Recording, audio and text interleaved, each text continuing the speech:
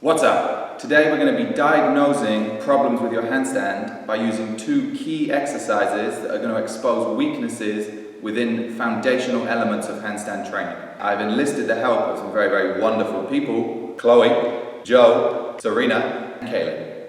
Our first exercise that we're going to use is going to be a variation of just a simple push-up position. There are three kind of key fundamentals that we need to hit in order to make this position useful and make this position show us what we need it to show us. And so Joe is going to hold his push-up for us. Big strong boy. What we have to make sure is that the shoulders are over the hand, the butt's nice and squeezed. It's a soggy butt, that's better. The stomach is nice and tight and a little bit lifted. And then here in the scapula, we're going to really make sure that they're pushing into protraction. The last thing we're going to do is we're going to make sure our hands are screwed into the floor. So it's as if you want your hands to go sideways, but they stay in one place and you just screw the shoulder into the floor.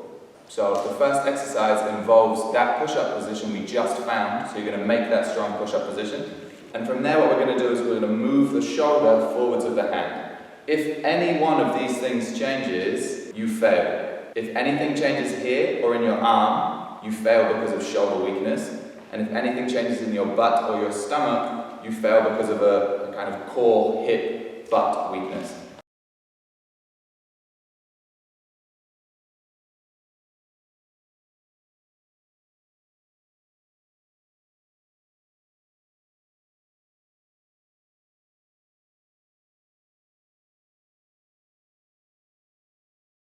Chloe failed on shoulder strength because an element of her shoulder girdle changed position and failed, and Serena failed on hip and core strength as her kind of core sagged a little and she got a bit lazy. Do a couple exercises that are going to help build your shoulder strength and build this very specific shoulder strength where the shoulder is in front of the hand. She's going to find the same things we found before. She's going to be pushed up nice and tall, butt squeezed, stomach lifted, and then she's going to put the shoulder ever so slightly in front of the hand. And from there what she's going to do is we're going to transfer to one hand and just tap our side.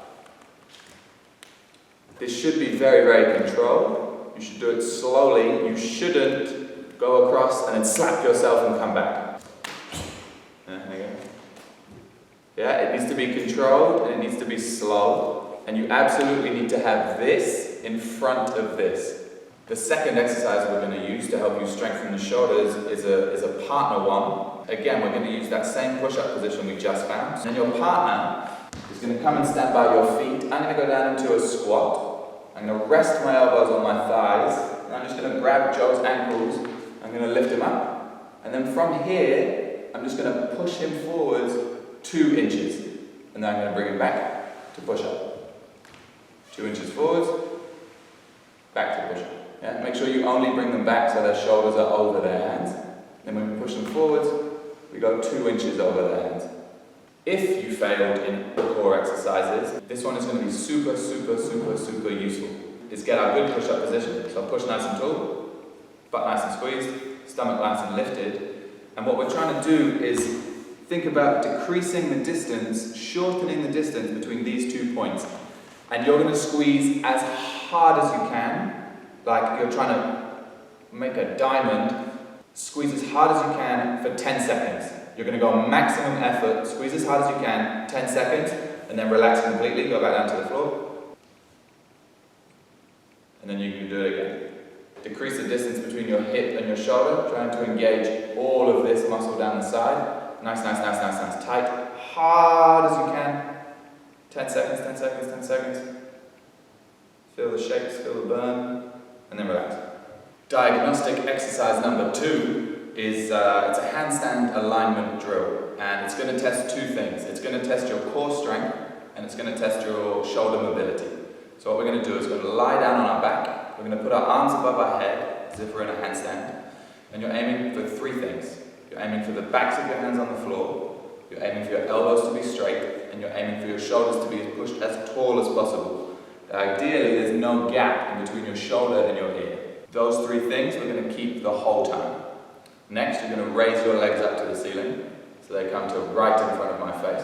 So your legs are at 90 degrees to the ceiling. From there, you're going to slowly lower down, and you're going to keep your lower back pressed into the floor, and you're going to keep all 3 of these things the same.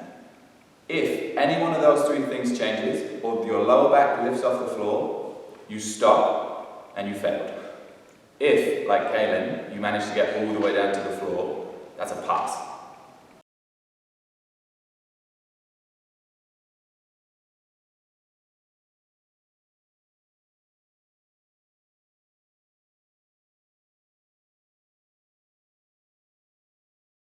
With our second exercise, there are 2 points of failure. You can fail on shoulder mobility, or this guy, or you can fail on core strength, or this guy.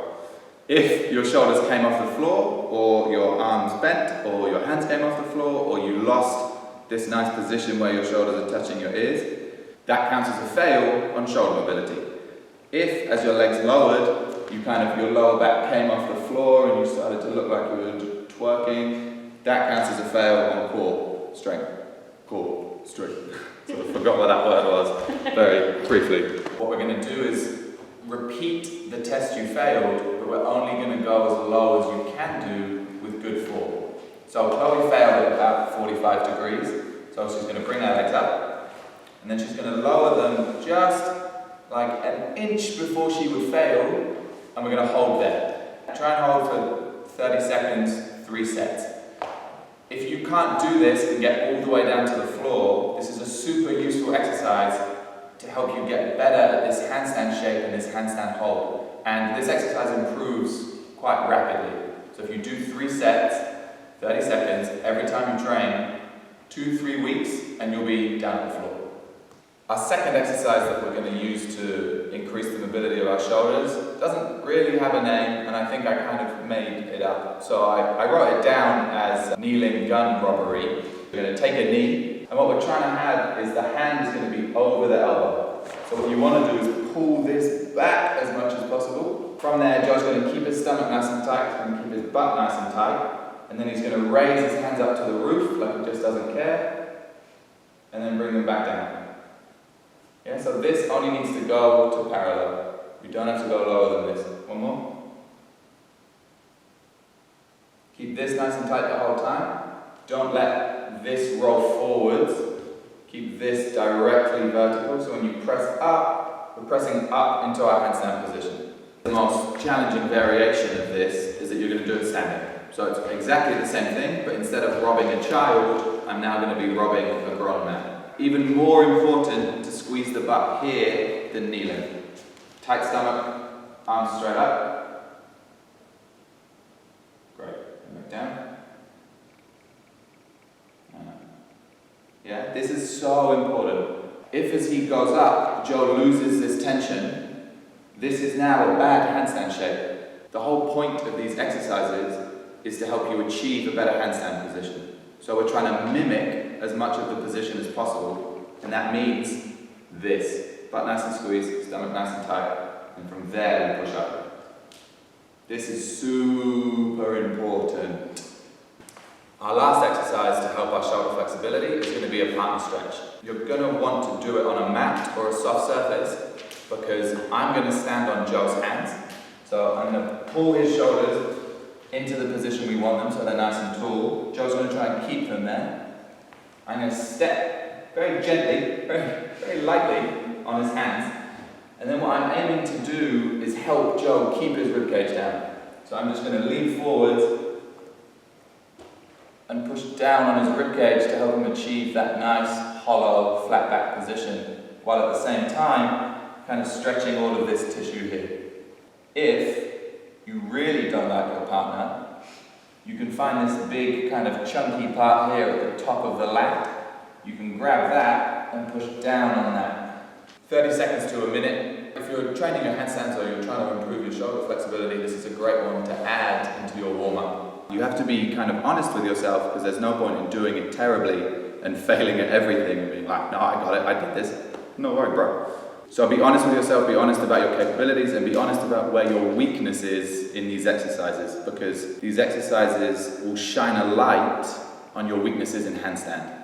If you failed at one of these exercises, try and do them every single time you train until you can pass the test. Even if you didn't fail, these exercises are still useful to either increase strength you already have, or just to wake up the muscles in a warm-up. Once you pass the test, your handstand will be good like these guys. Ta-da! Except some of them failed, so they still have problems in their handstand. But against the wall, they're okay. You can't come down, stay up. I'm still talking. They're really obedient. I would have come down ages ago.